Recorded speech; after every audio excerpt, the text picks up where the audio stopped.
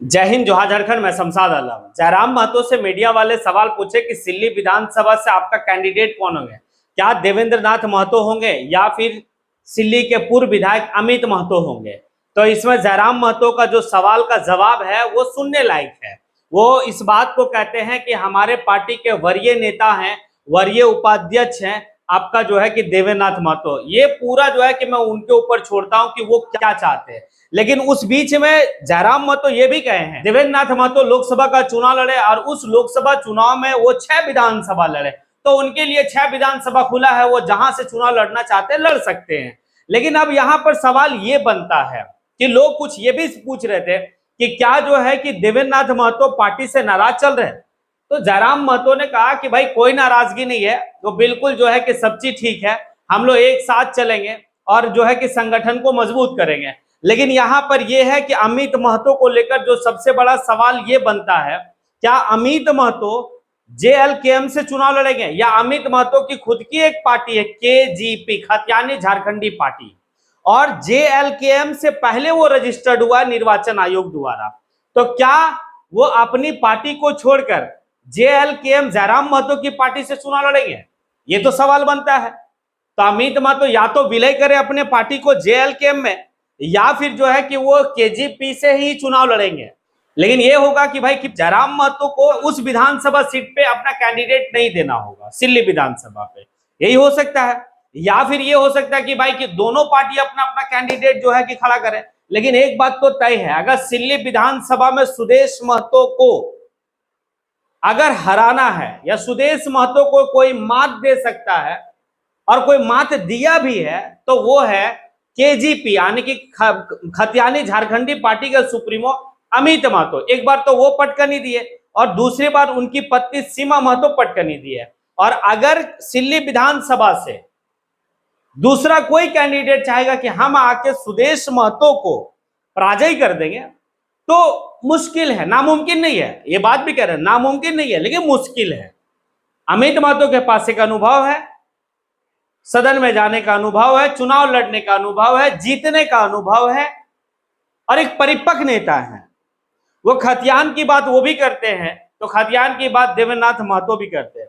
तो देवेंद्र नाथ महतो के गृह क्षेत्र है सिल्ली विधानसभा। सिल्ली विधानसभा में लोकसभा के चुनाव में अच्छा खासा वोट मिला है, लेकिन ईचागढ़ से भी उनको अच्छा खासा वोट मिला है। वो ईचागढ़ लड़ ले और सिल्ली जो है अमित महतो के लिए छोड़ दे। अमित महतो जो है कि जयराम महतो को खुल के सपोर्ट किए लोकसभा चुनाव में। जितने भी उनके जो है कि फॉलोवर थे या उनके जितने भी कार्यकर्ता थे सबको वो आह्वान किए कि भाई कि आप गिरिडीह लोकसभा क्षेत्र में आप जयराम महतो को सपोर्ट कीजिए। और जयराम महतो का नॉमिनेशन के दिन में वो मंच भी साझा किए। तो ये तो दर्शाता है कि खतियानी बात और खतियान और झारखंडियत को लेकर अमित महतो भी एक्टिव हैं। तो क्या एक जो है कि खतियानी दूसरे खतियानी के हित के बारे में नहीं सोचेगा? क्या अमित महतो को सिल्ली विधानसभा से चुनाव क्या नहीं लड़ना चाहिए? हालांकि वो केजीपी से लड़े या फिर जेएलकेएम से लड़े। अगर वो जेएलकेएम से नहीं लड़ना चाहे, केजीपी अपनी पार्टी से वो लड़ना चाहे, तो फिर क्या जयराम महतो वहां पर अपना कैंडिडेट देंगे या फिर जयराम महतो जो है कि वहां पर दोस्ताना का फर्ज निभाएंगे? होता है ऐसा बहुत जगह, क्योंकि उत्तर प्रदेश में इस तरह देखा गया है इससे कि राहुल गांधी लड़ते हैं या फिर जहां से सोनिया गांधी लड़ती है वहां से अखिलेश यादव अपना कैंडिडेट नहीं देता। यह भी हो सकता है कि भाई कि जहां से अमित महतो चुनाव लड़ेंगे सिल्ली से, वहां जयराम महतो अपना कैंडिडेट ना दे और जयराम महतो खुल के सपोर्ट कर दे।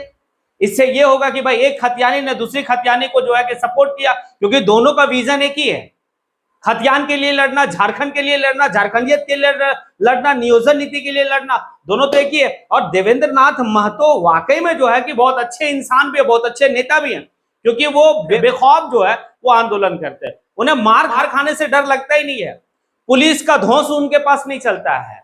उन्हें जितना मारना, अरे वो तो कहता है भाई कि एक ना एक दिन तो सभी को दुनिया से जाना है, फिर डर किस बात की? ये जिगर है उसमें, पुलिस की लाठी से वो डरता नहीं है देवेंद्र नाथ महतो, ये बात तो तय है।